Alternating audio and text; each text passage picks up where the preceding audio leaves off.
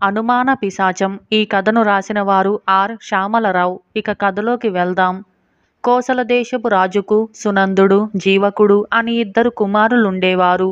ఇద్దరు తన కొడుకులే అయినా కూడా రాజుకు పెద్ద కొడుకు పైన ప్రేమ కాస్త హెచ్చుగా ఉండేది. అందుకు కారణమేమంటే సునందుడు తన అనంతరం రాజు కావలసిన వాడు. అదీకాక అస్త్ర విద్యలలో జీవకుడి కన్నా సునందుడే ఎక్కువ ప్రావీణుడు. అయితే జీవకుడికి తన తండ్రి అంటే అమితమైన ప్రేమాభిమానాలుండేవి. అతను అన్ని విధాలా ఎంతో యోగ్యుడే కాక వివేకవంతుడు కూడా. కోసల దేశపు ప్రధానమంత్రికి వాసంతిక అనే కుమార్తె ఉండేది.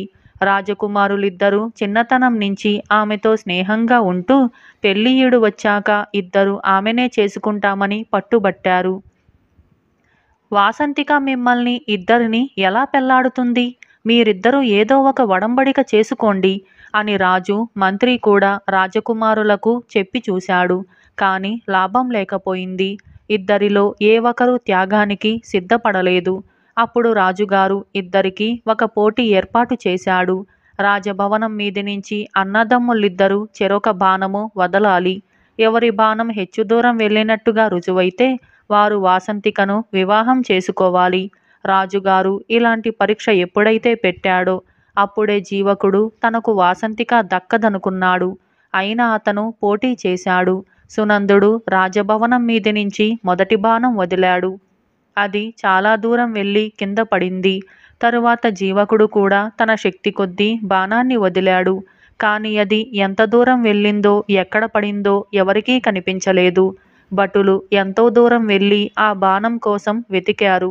కాని ఆ బాణం వాళ్లకు దొరకనే లేదు. నిజానికి జీవకుడి బాణమే హెచ్చు దూరం వెళ్ళి ఉండవచ్చు. కాని అందుకు రుజువు లేదు. అందుచేత సునందుడే గెలిచినట్టుగా నిర్ణయించి వాసంతికను సునందుడికే ఇచ్చి వివాహం చేయటానికి నిశ్చయించాం అని రాజు ప్రకటించాడు. సునందుడి వివాహంతో పాటు యవ్వన రాజ్యాభిషేకం కూడా జరపటానికి ఏర్పాట్లు జరిగాయి. ఈ సందర్భంలో అందరూ పొందిన ఆనందం జీవకుడు పొందలేదు. అతనికి తన బాణం ఏమయిందో తెలుసుకోవాలని దృఢంగా సంకల్పం కలిగింది. అందుచేత అతను పెళ్లి వేడుక చూడటానికి కూడా ఉండకుండా రాజభవనం విడిచి తాను బాణం విడిచిన దిక్కు సూటిగా బయలుదేరాడు. అతను నింపాదిగా నడుచుకుంటూ తన బాణం కోసం 1000 కళ్ళతో చూస్తూ దాదాపు 16 మైళ్ళు వెళ్ళి కొండ ప్రాంతాన్ని చేరుకున్నాడు. చెక్కినట్టుగా నిటారుగా ఉన్న కొండ దగ్గరికి అతను చేరుతూనే కింద పడి ఉన్న ఒక బాణాన్ని చూశాడు. పైకి తీసి చూస్తే అది తన బాణమే. కాని దాని ములికి తాను వచ్చిన వైపుగా తిరిగి ఉన్నది. ఇందులో ఏదో మాయ ఉంది. 16 మైళ్ళ దూరం వెళ్ళేటట్టుగా బాణం వెయ్యటం నా వల్ల కాదు కదా. హరిహరాదులకు కూడా సాధ్యం కాదు. అది అలా ఉంచి ఈ బాణం ఇక్కడి దాకా వచ్చి నేలకు తగిలినట్లయితే ములికి ముందుకు ఉండాలి కాని వెనక్కు ఉండే అవకాశం లేదు. అందుచేత నా బాణం ఇక్కడికి చేరటానికి మరెవరో కారణమై ఉండాలి అని అనుకున్నాడు జీవకుడు. ఆ ప్రాంతంలో ఎవరన్నా కనిపిస్తారేమోనని అతను కొండ వెంబడే నడవసాగాడు. కొంత దూరం నడిచేసరికి ఒక గుహలాంటిది కనిపించింది. జీవకుడు ధైర్యంగా గుహలోకి ప్రవేశించాడు. లోపలికి కొద్ది దూరం వెళ్ళగానే తలుపులాంటిది కనిపించింది. దాన్ని తోస్తే పక్కకు పోయింది. జీవకుడు ఆ ద్వారం దాటి లోపలికి అడుగుపెట్టి ఆశ్చర్యంతో నిలబడిపోయాడు. కొండ లోపల అతి విశాలమైన ఆవరణ ఉన్నది. అందులో ఒక పెద్ద నగరము, రత్నాలతో దగదగా మెరిసే భవనాలు ఉన్నాయి.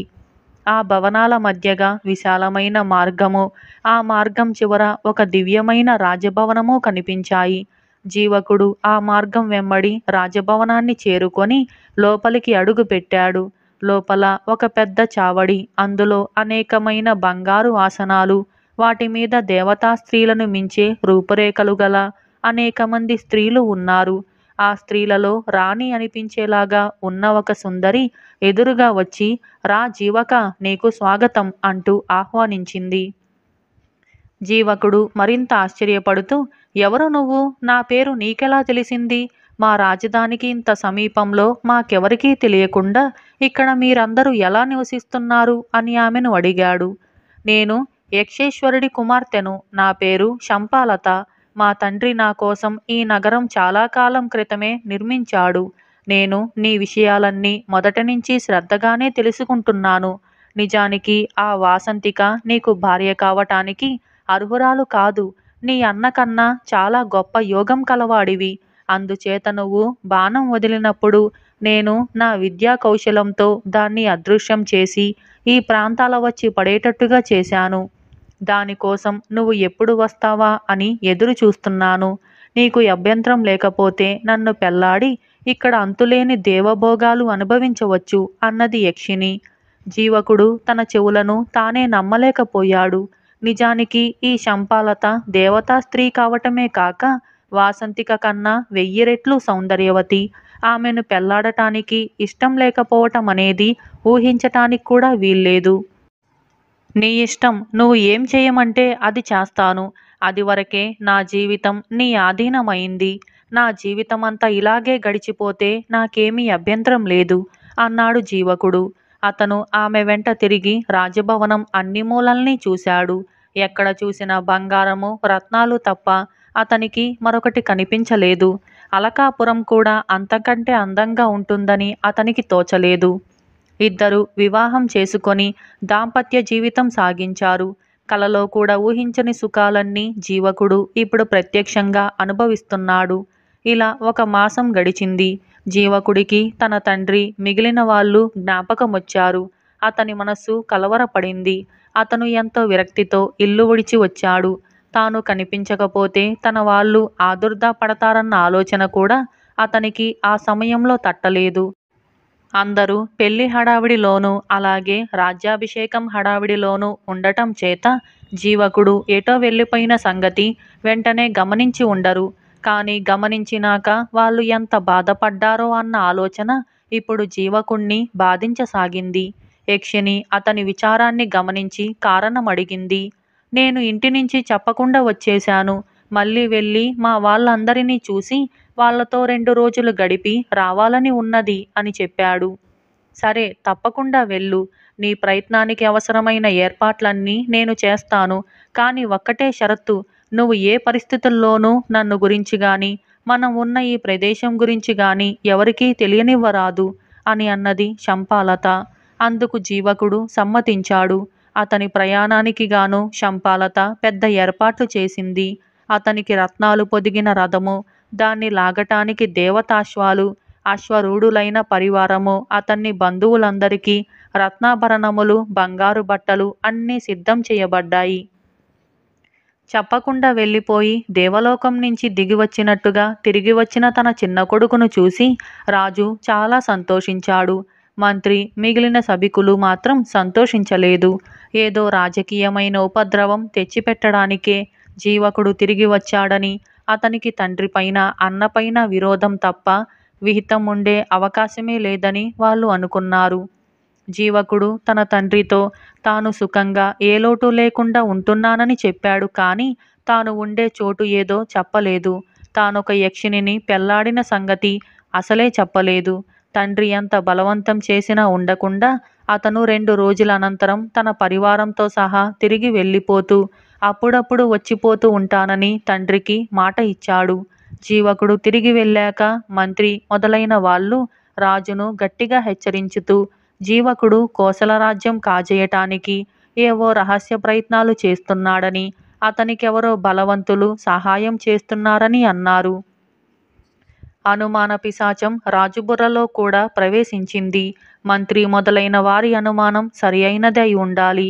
మంత్రి కుమార్తెను తాను పెళ్లాడలేకపోయినందుకు అలిగి ఎంతో వైభవంగా జరిగిన తన అన్న పెళ్లికి కూడా ఉండక ఎవరితోనూ చెప్పకుండా వెళ్ళిపోయిన జీవకుడు కేవలము తన మీది ప్రేమ కొద్దీ తిరిగి వస్తాడా? అతనికి ఈ ఐశ్వర్యమంతా ఎక్కడిది? ఈ పరివారమంతా ఏ రాజు ఇచ్చాడు? అసలు జీవకుడు ఎక్కడి నుంచి వచ్చాడో, ఎక్కడికి వెళ్ళాడో ఎవరికీ తెలియదు. అతను చెప్పనైనా లేదు. అతను ఇక్కడి పరిస్థితులు తెలుసుకునేటందుకు వచ్చాడు. అప్పుడప్పుడు వస్తానని మాట ఇచ్చినది కూడా అందుకేనని రాజుకు తోచింది. ఇలా మరొక నెల గడిచింది. జీవకుడు ఈసారి మరింత వైభవంగా, మరింత హెచ్చు పరివారంతో తండ్రిని చూడవచ్చాడు. అప్పుడు తండ్రి, నాయనా, నువ్వు తరచూ ఇలా వచ్చిపోతూ ఉండటం నాకు సంతోషంగానే ఉన్నది. కానీ నువ్వు ఇక్కడే ఎందుకు ఉండిపోకూడదు? నీకిక్కడ ఏం లోటు అని జీవకుణ్ణి అడిగాడు. అది సాధ్యం కాదు నాన్న. నా జీవితాన్ని మరొక చోట పాతుకున్నాను. నా సుఖ సంతోషాలకు నిజమైన ఆశ్రయం అదే అని అన్నాడు జీవకుడు. ఆ చోటు ఏది? నువ్వు ఇక్కడికి వచ్చినట్టే మేం కూడా అక్కడికి వస్తూ పోతూ ఉంటాం అని అన్నాడు రాజు. ఆ మాట మాత్రం అడగకండి. నేనుండే చోటు ఎవరికీ చెప్పకూడదు. అది నా జీవిత రహస్యం. మీరెవరూ నేనుండే చోటికి రారాదు అన్నాడు జీవకుడు. రాజుగారి అనుమానం మరింత దృఢపడింది. జీవకుడు వెళ్ళిపోయాక ఆయన తన మంత్రి మొదలైన వారితో ఆలోచనలు జరిపాడు. జీవకుడు ఉండే చోటు తెలుసుకోవటం అవసరమని వాళ్ళు ఆయనకు సలహా ఇచ్చారు. మరొక నెల గడిచాక జీవకుడు మరొకసారి తండ్రిని చూడవచ్చాడు. ఈసారి అతని వెంట ఇంకా హెచ్చు పరివారం ఉన్నది. ఎన్నో బహుమానాలు తెచ్చాడు. పరివారం అన్న పేరు పెట్టుకొని వీడు ఒక్కొక్కసారికి మరింత పెద్ద సేనతో వస్తున్నాడు. ఇలా వచ్చి వచ్చి ఏదో ఒకనాడు రాజ్యం ఆక్రమించి మరి వెళ్తాడు అని అనుకున్నాడు రాజు. జీవకుడు తిరిగి వెళ్ళేటప్పుడు అతను ఎక్కడికి పోతాడో చూసి రమ్మని రాజుగారు ఒక వేగులవాణ్ణి పంపాడు. ఆ వేగులవాడు ఎంతో రహస్యంగా జీవకుడి పరివారానికి కొంత ఎడంగా నడుస్తూ వాళ్లతో పాటు కొండల దాకా వెళ్ళాడు. వాడు చూస్తుండగానే ఆ పరివారం కొండలోకి ఇంకిపోయి అదృశ్యమైంది. వాళ్ళు అదృశ్యమైన చోటికి వాడు వెళ్ళి చూశాడు. కానీ వాడికి అక్కడ ఒక ద్వారం కానీ గుహ గాని కనిపించలేదు. దానికి కారణమేమంటే అక్కడ ఉన్న గుహ అందరికీ కనిపించదు. ఎవరికైతే కనిపించాలని యక్షిని అనుకుంటుందో వారికి మాత్రమే కనిపిస్తుంది. వేగులవాడు తిరిగి వచ్చి రాజుగారితో తాను చూసిన సంగతి చెప్పాక రాజుగారు మరింత బెదిరిపోయి తన అనుచరులతో మరొక చర్చ జరిపాడు. రాజకుమారుడికి అండగా ఉండి మన రాజ్యం పైన కుట్ర చేస్తున్న శక్తులు మానవ శక్తులని తోచట్లేదు. ఏవో అమానుష శక్తుల సహాయం అతనికి ఉన్నట్టుగా కనపడుతుంది. ఈ సంగతి మనం రుజువు చేసుకోవటం అవసరం. అలాంటి పరిస్థితిలో మనం మరింత జాగ్రత్తగా ఉండాలి అని అన్నాడు ప్రధానమంత్రి. జీవకుడి వెనక ఉన్నవి అమానుష శక్తులో కాదో ఎలా రుజువవుతుంది అని రాజు అడిగాడు. ఒక అసాధ్యమైన వస్తువు తెచ్చి పెట్టమని తమరు జీవకుణ్ణి మంచిగానే అడగండి. తెచ్చి పెట్టాడా మన అమానుషం రుజువవుతుంది. తమరు వేటకు వెళ్ళేటప్పుడు ఎండ వచ్చినా వాన వచ్చినా తమ పరివారమంతా తలదాచుకునేటందుకు యుద్ధానికి వెళితే సేన యావత్తు తలదాచుకునేటందుకు సరిపడే డేరా ఒకటి మడిచి గుప్పిట పట్టుకుంటే ఇమిడేది తీసుకురమ్మని జీవకుణ్ణి అడగండి అని అన్నాడు మంత్రి. ఈసారి జీవకుడు తనను చూడవచ్చినప్పుడు రాజు అతన్ని మంత్రి అడిగినట్టుగానే అడిగాడు. తండ్రి కోరికకు ఆశ్చర్యపోయి జీవకుడు ప్రయత్నిస్తాను అని అన్నాడు. అతను తన భార్య వద్దకు తిరిగి వెళ్ళి తన తండ్రి కోరిక గురించి చెప్పాడు. అలాంటి డేరా మనం తేలికగా సృష్టించుకోవచ్చు అని శంపాలత ఈసారి అతను తండ్రిని చూడబోయేటప్పుడు ఒక డేరా మడత ఇచ్చింది. దాన్ని తీసుకుపోయి జీవకుడు తండ్రికిచ్చాడు. రాజు ఆ మడతను విప్పటం ఆరంభిస్తే డేరా ఒక కోసు పొడుగు ఒక కోసు వెడల్పు ఉండేటట్టుగా కనిపించింది.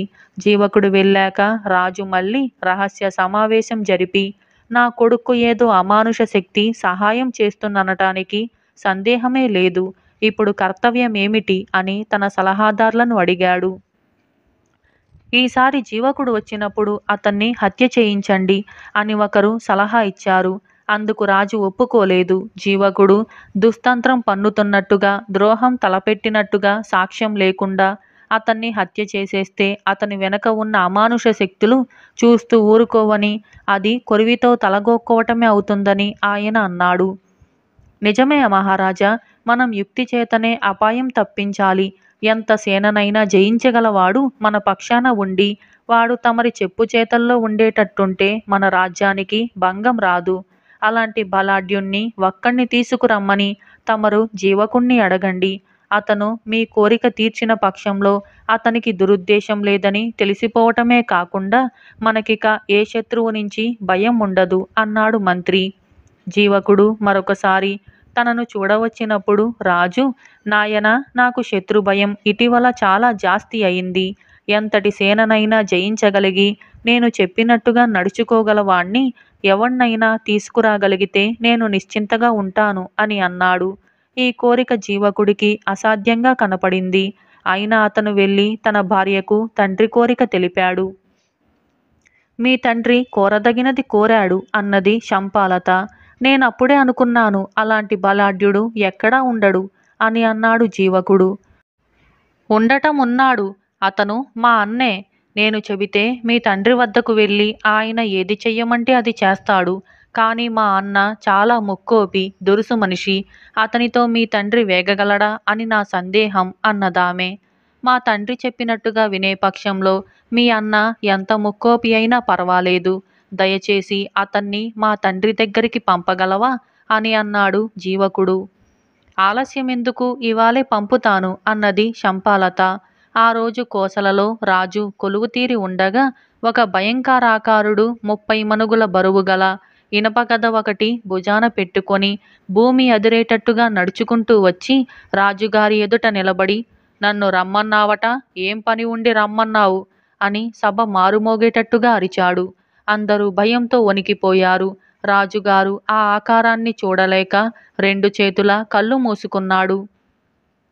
ఎందుకు పిలిపించావని అడుగుతుంటే ఏం మాట్లాడవు అంటూ ఆ భయంకరాకారుడు తన గదతో రాజు నెత్తిమీద మొత్తాడు. వెంటనే రాజు తల పగిలి చచ్చిపోయాడు. అయ్యో అయ్యో, దౌర్జన్యం అని మంత్రి మొదలైన వాళ్ళు ఆక్రోశించారు. ఆ భయంకరాకారుడు వారందరినీ తన గదతో మొత్తాడు. అందరూ చచ్చారు. చచ్చిన వారు చావగా సభలో మిగిలిన వాళ్ళందరూ కుక్కిన పేనుల్లాగా అయ్యారు. వాళ్లతో ఆ వ్యక్తి, రాజుగారు ఏం చెబితే అది చెయ్యమని నన్ను మా బావమరిది జీవకుడు పంపాడు. కానీ మీ రాజు నన్ను చూసి భయపడ్డాడు.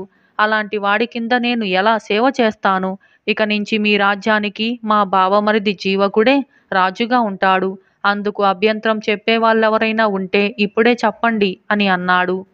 ఎవరు ఏమీ మాట్లాడలేదు. శంపాలత అన్న తిరిగి వెళ్ళిపోయాడు. జరిగిన సంగతి విని జీవకుడు చాలా విచారించాడు.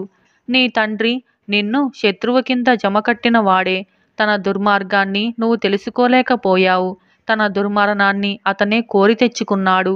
నిన్ను రహస్యంగా చంపించాలన్న ఆలోచన కూడా జరిగింది. మనుషులు తమ కోరికలను సఫలం చేసుకున్నట్టే తమ భయాలను కూడా అప్రయత్నంగా సఫలం చేసుకుంటారు అన్నది శంపాలత. ఆ తరువాత ఆ దంపతులిద్దరూ తమ రహస్య ప్రదేశం నుంచి సపరివారంగా కోసలకు వచ్చి అక్కడ రాజ్యాభిషేకం చేసుకొని చాలా కాలం పరిపాలించారు. ఇలా అనుమాన పిశాచం అనే ఈ కథ సమాప్తమైంది. అలాగే మరొక కథ గుర్రం గుడెక్కింది. ఈ కథను రాసిన వారు ధూళిపాల శేషమ్మ, కాకినాడ నుంచి. ఇక కథలోకి వెళ్దాం. దొరలు మన దేశం వచ్చిన కొత్తలో వాళ్ళు ఊళ్ళో అడుగు పెట్టడానికి పల్లెటూరి ప్రజలు ఒప్పుకునేవారు కాదు. ముఖ్యంగా అగ్రహారాల్లో బ్రాహ్మణులు, సుతరాము వాళ్లను రానిచ్చేవాళ్ళు కాదు. ఎందుకంటే దొరలు అనగా సీమదేశం నుంచి దిగిన అప్రాచ్యులని, వాళ్ళ సంపర్కం తగిలితే తమ ప్రదేశం మైలపడిపోతుందని వాళ్ళ ఉద్దేశం. అటువంటి చాదస్తపు కాలంలో దొరలు కలెక్టర్లుగా, జడ్జీలుగా, పెద్ద పెద్ద ఉద్యోగస్తులుగా బస్తీలకు వచ్చి చేరుకునేవారు. ఉద్యోగరీత్యా చిన్న చిన్న గ్రామాల్లో కూడా వారు మకాం చేయవలసి వచ్చేది. ఆ విధంగా మకాం వేసిన దొరలకు ఎదురు చెప్పటం అంటే పల్లెటూరి వాళ్లకు భయంగా ఉండేది. అలా భయపడకుండా ఉండే వాళ్ళు గోదావరి జిల్లా కోనసీమలోని పేరూరు ద్రావిడులు. వారు దొరలను కాదు కదా, దొరలను పుట్టించిన బ్రహ్మను కూడా లక్ష్యం చేయరన్నమాట. అంతటి ప్రతిభ, పలుకుబడి గల ఆ పేరూరు ద్రావిడులు ఏ పేచీ వచ్చినా వాళ్ళల్లో వాళ్ళే తగువులు, పరిష్కారాలు చేసుకునేవారు. అంతేకాని కోర్టులకు గీర్టులకు తిరిగి పిరికి పందలు అని అనిపించుకునేవారు కాదు. ఒకసారి పేరూరులో ఒక నేరం జరిగింది. అప్పటికే దొరలు కలెక్టర్లుగా వచ్చి పల్లెల్లో మకాం వేసి కేసులు విచారణ చేయటం విరివిరిగా సాగుతూ ఉంది. అన్ని పల్లెలకు వచ్చినట్టుగానే కేసు విచారణ కోసం పేరూరులో మకాం పెడదామని ఒక కలెక్టర్ గుర్రం ఎక్కి నౌకర్లతో సహా బయలుదేరాడు. కలెక్టర్ గారు తమ ఊరి పొలిమేరకు వచ్చారనే వార్త పేరూరు ద్రావిళ్లకు తెలిసింది. వెంటనే వారిలో హేమాహేమీలు చాలామంది ఊరి వెలుపల కలెక్టర్ గారి వద్దకు వెళ్ళి, అయ్యా దొరగారు, పరాయి దేశస్థులు అగ్రహారంలో ప్రవేశించటానికి వీల్లేదని మా పెద్దలు ఏర్పాటు చేశారు. కనుక మా గ్రామ మర్యాద తమరు పాటించాలని కోరుకుంటున్నాము అంటూ విషయ వినయపూర్వకంగా తెలియచెప్పారు. దొరగారు అధికార గర్వంతో విని విన్నట్టుగా నటించి నవ్వేసి ఊరుకున్నాడు. ఎన్ని విధాలా చెప్పినా వాళ్ళ మొర దొరగారి చెవికి ఎక్కేటట్టుగా కనిపించట్లేదు. మరికొంచెం సేపటికల్లా కలెక్టర్ గారు ఊర్లో దిగారు. దేవాలయం పక్కనే వేయబడిన డేరాలో ప్రవేశించి కేసు విచారణ ప్రారంభించారు. 2-3 రోజులు విచారణ జరిగింది. కలెక్టరు గారి గుర్రాన్ని బంట్రోతులు డేరా వెనుక పక్కన కట్టిపెడుతూ ఉండేవారు. 3వ రోజున కలెక్టరుకు తగిన ప్రాయశ్చిత్తం చెయ్యాలనుకొని ద్రావిడులు నిశ్చయించారు. ఆ రాత్రి అందరూ గాఢనిద్రలో ఉండగా వారు నడుములు బిగించి ఒక్కొక్కరు ఒక్కొక్క గడ్డిమోపు చొప్పున అంచీల మీద తెచ్చి గుడికి దాపుగా ఏటవాలుగా చక్క మెట్టు కట్టినట్టుగా గుడి మండపం మీది వరకు పేర్చి అమర్చారు. తరువాత గుర్రాన్ని కట్టిన చోటు నుంచి గుడి పైదాకా వారు పేర్చిన ఆ మోపుల మీద నవనవలాడే పచ్చగడ్డి ఎత్తుగా చల్లి ఆ తరువాత గుర్రాన్ని కట్టిన తాడు కాస్త తొలగించేశారు. గుర్రం ఆ పరకలను అందుకుంటూ ఒక్కొక్క అడుగు వేసుకుంటూ ఆ మోపుల మీది నుంచి సులువుగా గుడి మీదకెక్కిపోయింది. మరుక్షణమే ఎవరు తెచ్చిన మోపు వారు తీసేసి ఇళ్లకు పట్టుకుపోయారు. తెల్లవారింది. దొరగారి గుర్రం పోయిందంటే పోయిందని ఊరంతా గల్లంతుగా ఉంది. ఏమిరా ఇంత అజాగ్రత్త అంటూ దొర నౌకర్లను చడామడా తిట్టాడు. నౌకర్లు కంగారుతో గ్రామమంతా చుట్టివచ్చారు. కాని గుర్రం ఎక్కడా అగపడలేదు. అంతలో పచారు చేస్తున్న దొరగారికి ఏమీ తోచక స్వయంగానే వెతకటానికి బయలుదేరారు. కొంచెం దూరం పోయేసరికి యజమాని కంటపడగానే గుడి మీద ఉన్న గుర్రం సకిలించింది. దొరగారు దాన్ని చూసి ఆశ్చర్యపోయారు. గ్రామస్తులంతా క్షణంలో మూగేశారు. వాళ్ళంతా విస్తుపోయి చూస్తూ గోల చేస్తున్నారే కాని గుర్రం గుడి ఎందుకు ఎక్కింది, ఎలా ఎక్కింది అనే ప్రశ్న ఒక్కళ్ళకు తట్టనే లేదు. అప్పుడు ఆ గుంపులో నుంచి ఒక ముసలి బ్రాహ్మణుడు ఒత్తిగించుకుంటూ దొరగారి వద్దకు వచ్చి, బాబు వద్దండి అని మొదట్లోనే మేం మొరపెట్టుకుంటే విన్నారు కాదు, పైగా దేవాలయం దగ్గరే బస చేశారు. ఇటువంటి అప్రాచ్యపు పనులు మా దేవుడు సహిస్తున్నాడనుకున్నారా?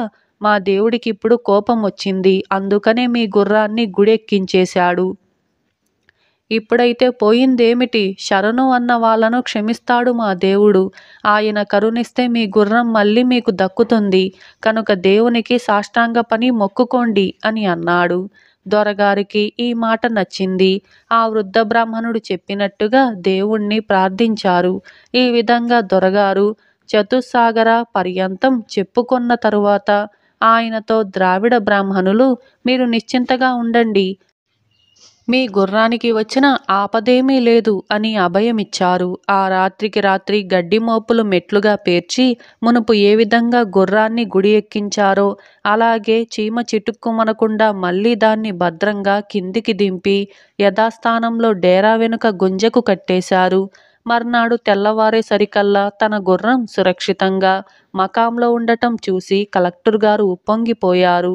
ఆనాటి నుంచి పేరూరు ద్రావిడులంటే దొరగారికి గౌరవము, ఆ ఊరి దేవుడంటే భక్తి విశ్వాసాలు ఏర్పడ్డాయి. స్వామి ధూపదీప నైవేద్యాలకు గాను 10 ఎకరాల భూమి పట్టా కూడా వ్రాసి ఇచ్చాడని ప్రజలు చెప్పుకుంటారు. ఆనాటి నుంచి ఆ ఊళ్ళో ఎవరైనా ఒక కూడని పని తలపెట్టి ఎదుటివాళ్ళు ఆ పని చెయ్యొద్దు అని అన్నప్పటికీ మొరాయించి చెయ్యబోతే గుర్రం గుడెక్కేను జాగ్రత్త అంటూ ఉండేవారు. ఈ విధంగా ఆ సామెత అలా ఆనాడు పేరూరులో పుట్టి క్రమక్రమంగా దేశమంతటా వాడుకలోకి వచ్చింది. ఇలా గుర్రం గుడెక్కింది అనే ఈ కథ సమాప్తమైంది. చరితార్థులు. ఈ కథను రాసిన వారు అన్వర్. ఇక కథలోకి వెళ్దాం. జనపదాలలో పంచాయితీలు, నికరమైన న్యాయాన్ని అమలు జరిపే రోజుల్లో సీతాపురం అనే చిన్న గ్రామంలో గోవిందుడు అనే చిన్న రైతు ఉండేవాడు. ఒకనాడు గోవిందుడు తన తండ్రితో కలిసి తోటలో పనిచేస్తూ ఉండగా ఒక మేక వచ్చి చెట్లపాదులు మెయ్యసాగింది. అది చూసి గోవిందుడి తండ్రి ఒక రాయితో ఆ మేకను కొట్టాడు. ఆ రాతి దెబ్బ ఆ మేక తలకు తగిలి అది అక్కడే చచ్చింది. మరుక్షణమే కంచె అవతలి నుంచి ఒక రాయి విసురుగా వచ్చి గోవిందుడి తండ్రి తలకు తగిలింది. ఆ దెబ్బకు ముసలివాడు కూడా హరి అన్నాడు. గోవిందుడు తోట బయటికి పరిగెత్తి వెళ్ళి మందను తోలుకుపోతున్న గొర్రెల కాపరిని చూశాడు. వాడు తప్ప బయట మరెవరూ లేరు. అందుచేత గోవిందుడు వాణ్ణి పట్టుకొని గ్రామంలోని పెద్ద మనుషులకు అప్పగించి వాడు తన తండ్రిని చంపాడని మొరపెట్టుకున్నాడు. అప్పటికప్పుడే గ్రామంలోని పెద్దలందరూ పోగయ్యారు. పెద్ద మనుషులు గోవిందుడి ఆరోపణ గురించి ఏం చెబుతావని గొర్రెల కాపరిని అడిగారు. దానికి గొర్రెల కాపరి ఇలా అన్నాడు: నా పేరు గోపాలుడు. నా ఊరు ఇక్కడికి 6 కోసులు ఉత్తరాన ఉన్నది. అక్కడ ఈసారి వర్షాలు లేక గొర్రెలకు మేత కరువైంది.